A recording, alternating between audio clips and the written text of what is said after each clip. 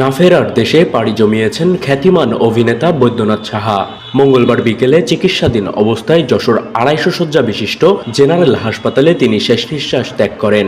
মৃত্যুকালে তার বয়স হয়েছিল ৬৯ বছর। পরিবার সূত্রে জানা যায়, দীর্ঘদিন ধরে তিনি ফুসফুসজনিত রোগে আক্রান্ত ছিলেন। গত রোববার গুরুতর অবস্থায় তাকে যশোর সদর হাসপাতালে ভর্তি করা হয়। বৈদ্যনাথ সাহার মৃত্যুতে যশোরের সাংস্কৃতিক অঙ্গনে নেমে এসেছে গভীর শোকের ছায়া।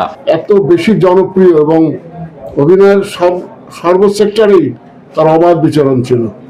বাংলাদেশের এমন কোনো মানুষ নাই টেলিভিশন দেখে যে ওকে শোনে না। এটা আমাদের কাছে ইন্দ্রপতনের মতো।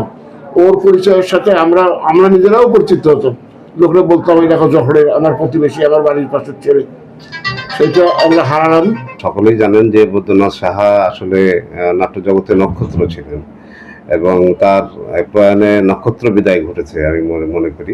আমার চেয়ে সে 10 বছরের বড়, কিন্তু আমরা একসঙ্গে বন্ধুর মতন চলতাম, ফিরতাম, একসঙ্গে উঠা বসা ছিল। আমরা ততদিনই মিস করব যে হয়তো আর আসবে না, এটাই মনে করব। দীর্ঘ অভিনয় জীবনে তিনি মঞ্চ, টেলিভিশন ও চলচ্চিত্রে অসামান্য অবদান রেখে গেছেন। তার অভিনয় গুণ ও ব্যক্তিত্ব দর্শকের হৃদয়ে চিরস্মরণীয় হয়ে থাকবে।